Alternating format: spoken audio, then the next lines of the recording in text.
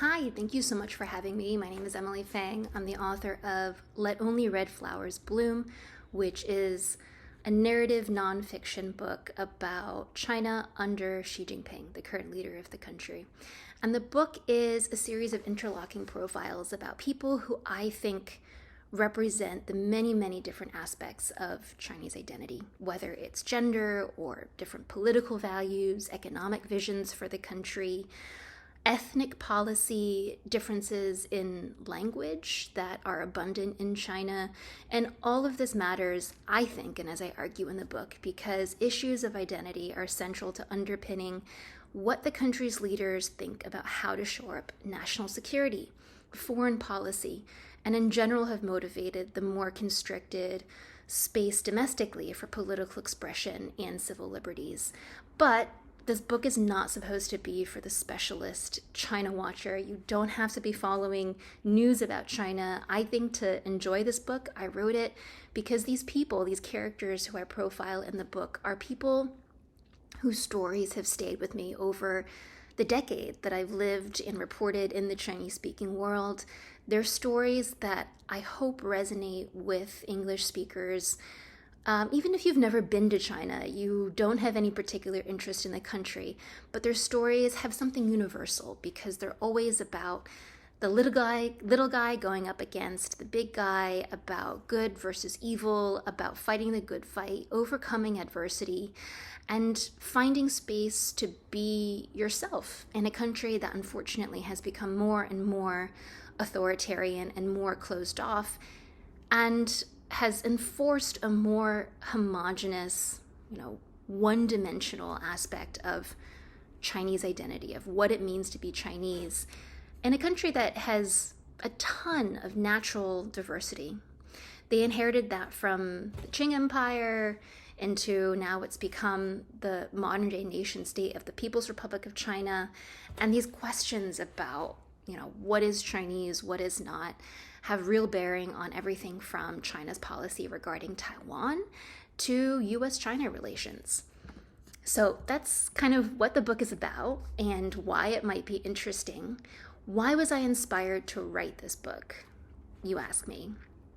I write about this in the prologue to the book, but I started first thinking about doing this when I was stuck in the Beijing Capital Airport in October 2019. And at that point, I was covering these mass demonstrations, peaceful demonstrations in Hong Kong against Beijing's heavy-handed rule of Hong Kong, and specifically against a proposed amendment that would extradite alleged criminals to courts in mainland China to face legal repercussions there.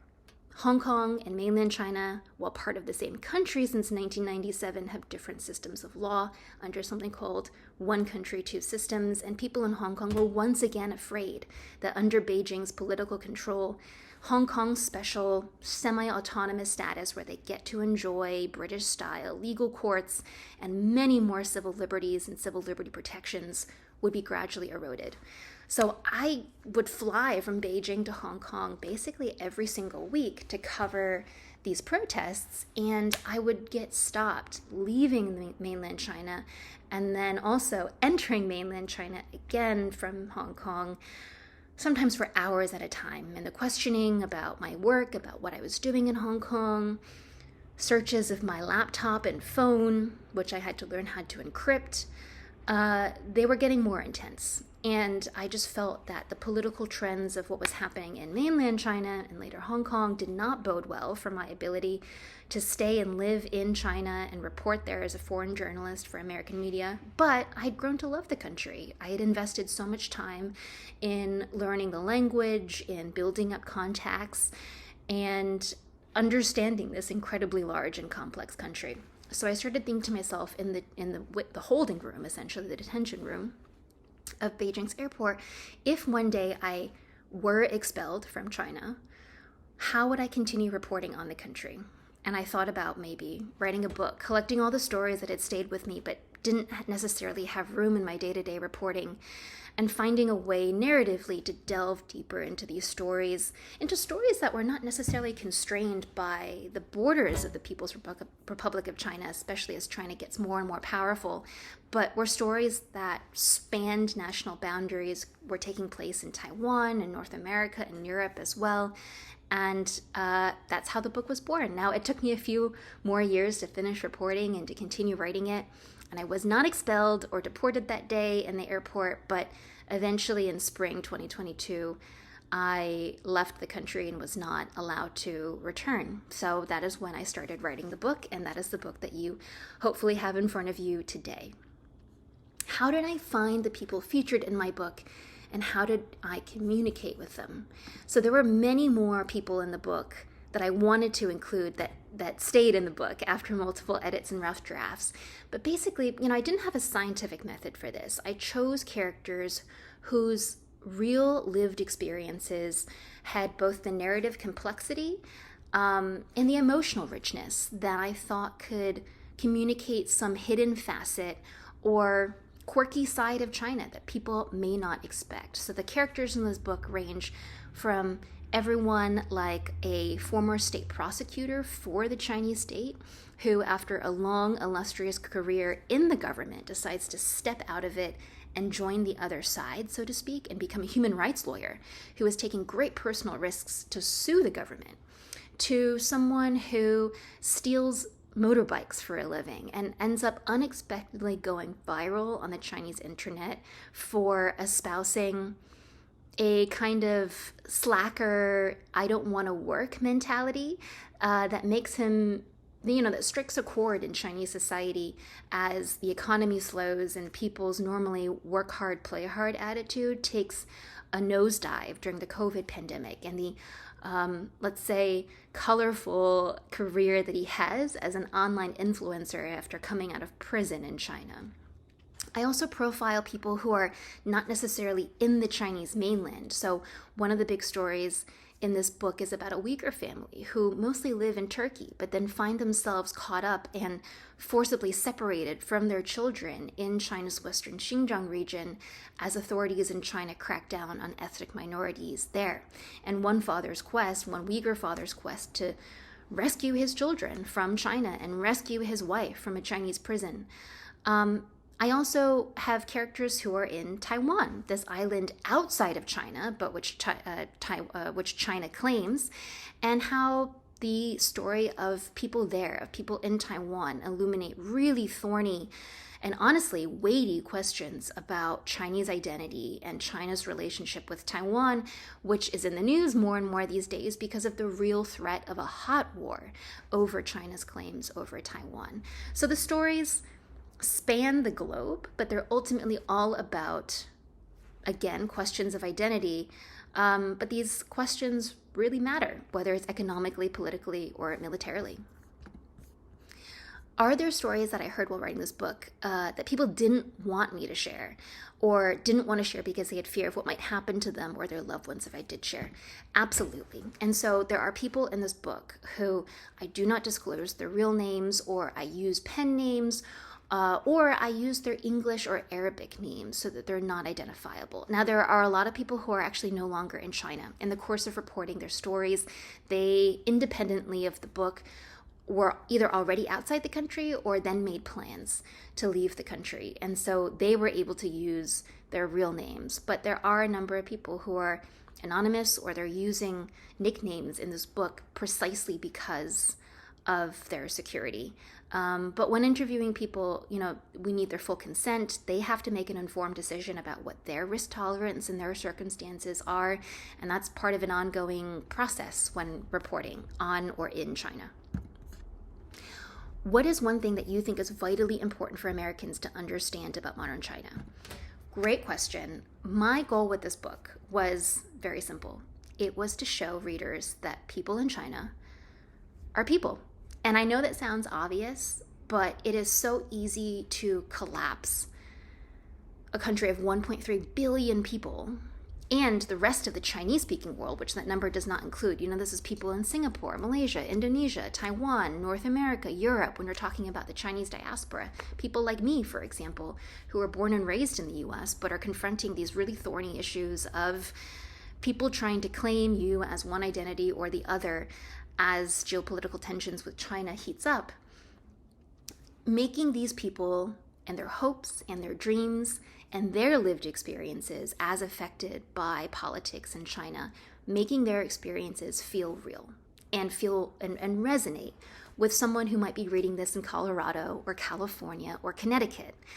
A lot of the times you read the news, and I'm a journalist who contributes to the news, and the news is accurate. Journalists are trying to do their best to convey breaking news and information to the reader, the listener, or the watcher, but for the sake of brevity, you're not getting a lot of the texture and the rhythm of, well, what does it feel like to be the person who's actually experiencing the news or creating the news rather than just reading about it.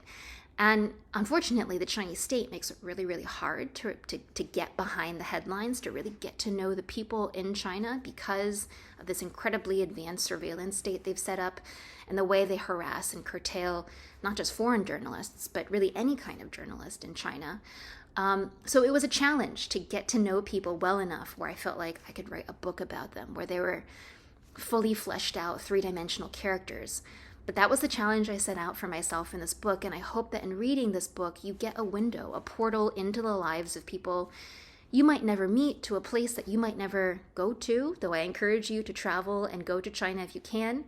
And I hope that it's just an enjoyable read, even if some of the stories in the book are not necessarily the most optimistic. What are a couple of books you've read recently that you really loved? I love this question. I am not going to give you any recommendations for other China books because I actually try to avoid reading about China in my free time. I am a huge fan of science fiction. So I have a long list, but most recently, a book that I finished, which I loved, is a bit of a blast from the past. It's from the 1980s. It's a book called Hyperion. It's part of a trilogy by the sci-fi writer Dan Simmons, and it's just conceptually and prose-wise one of the most beautiful, poignant, profound, creative sci-fi books that I've ever read. Hyperion, after one of the Greek gods, and a feature in a John Keats poem as well. I also really, really love post-colonial literature and post-colonial literature that takes place in Asia. And there's a lot. The British Empire, for example, really reshaped a lot of South and Southeast Asia as we know it today. And I have to recommend a trilogy of books that takes place in the island of Penang off of the western coast of the Malaysian mainland, what is today now Malaysia, by a Malaysian writer named, and I am totally butchering his name, Tan Tuang Eng. It's beautiful. You will mostly cry. A lot of his books take place in World War II Malaysia, and you just learn so much about the people and the cross-cultural, multicultural experiences of the population of these places from that day. I also relatedly love the Ibis trilogy by Amitav Ghosh, which is spans India, British India to Malaysia to Singapore to Mauritius and then to Hong Kong. So I recommend those two trilogies. And I then have one final book recommendation, I'm sorry, by the historian Stephen Platt. And he writes so beautifully about Chinese history. Okay, so I guess this is kind of a book about China, I'm sorry. But he has an upcoming book coming out in a couple weeks called The Raider, which is about a U.S. soldier who ends up founding what is today the U.S. Marines. And it turns out he spent a lot of time in China and was directly inspired by, you would never guess, the Chinese Communist Army, the People's Liberation Army, back when they were a guerrilla foot soldier army trying to take control of China. And he embeds with them and he learns from them. And using their fighting techniques, he founds what today are the U.S. Marines. So just a fascinating history, and one that's maybe counterintuitive now that relations between the U.S. and China are not so good. But remembering that back during World War II, the U.S. and China were allies.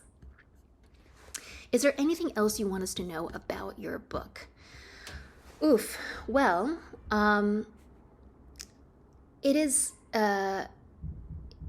It's not a book for China specialists, and it's not a book that it's supposed to be critical or supportive of the policies in China, though, again, a lot of the stories are not so optimistic. They're about people who want to live their lives the way they envision it, but unfortunately find themselves constrained by the Chinese state because they unexpectedly find themselves on the outside, suddenly discriminated against, and their vision of what Chinese is at odds with how the ruling Communist Party sees it these days. Perhaps one thing that might be interesting is a lot of the characters in this book are not traditional dissidents. They're not professional activists. They're people who, for the most part, start out as patriots who want to make their country better, but then suddenly find themselves on the outside of the system that dominates the country. After some consideration, I have chosen a segment from the titular chapter entitled The Believer. And this is the chapter where one of the characters utters the phrase to me that gave me the inspiration for the title of the book. It takes place it starts with a funeral. By the time Yusuf's grandfather died in 1993, the mosque had only been returned to its original religious purpose for about a decade. Political constraints over religion have remained ever since the Communist Party won control of China. But these controls ebbed and flowed over the decades. The mosque's reopening in the early 1990s was a sign of the most recent ebb. China was temporarily throwing off the atheistic, ideological restraints that had defined life under Chairman Mao Zedong and the terrible political purges of the Cultural Revolution of the 1960s. Yusuf's neighbors in the city of Kaifeng, once a major Silk Road trading depot, breathed a sigh of relief as economic and political reforms allowed private business to flourish once more. Buildings that were once Christian churches, Buddhist temples, and Muslim mosques were returned to their original congregations. The problem was, by the 1990s, few people still remembered what it meant to be a believer. Lao Ye, as Yusuf called his grandfather, was the only person he knew who still could do the 5 daily prayers of Islam. And now the family was burying Lao Ye. Yusuf had never encountered death so immediately before in his previous 19 years of life. That night after the funeral, when he closed his eyes, the white shroud against the blackness of the coffin kept flickering across his eyelids. Mourners had sealed the shrouded body inside the dirt tomb with clay bricks. The finality of that ritual terrified Yusuf. He could not stop imagining what it would be like for his own body to slowly rot alone in the confines of a dark tomb. He had been taught in public school that life ended at death, but the thought made his own life and that of Lao Ye seem meaningless. Sensing the young man's grief, Yusuf's uncle urged him to come back to the Shanyitang Mosque the next morning after the funeral. As dawn rose over Kaifeng, Yusuf heard the call to prayer, a melodious chanting from the imam inside. He was suddenly overcome with a feeling of awe. He dropped to his knees in the prayer hall. "Oh God, can you hear me? This is me praying to you. I salute you, I bow to you," he would later write about that moment. 4 days later, Yusuf decided to embrace Islam. So this is a man who ends up becoming a quite controversial Muslim scholar in China. And might be surprising, there are tens of millions of Muslims in China, even more Christians and Buddhists. And through his story, he explores, can you be Chinese and Muslim at the same time? And plot spoiler, it doesn't end very well for him. But read the book to find out more. Thank you.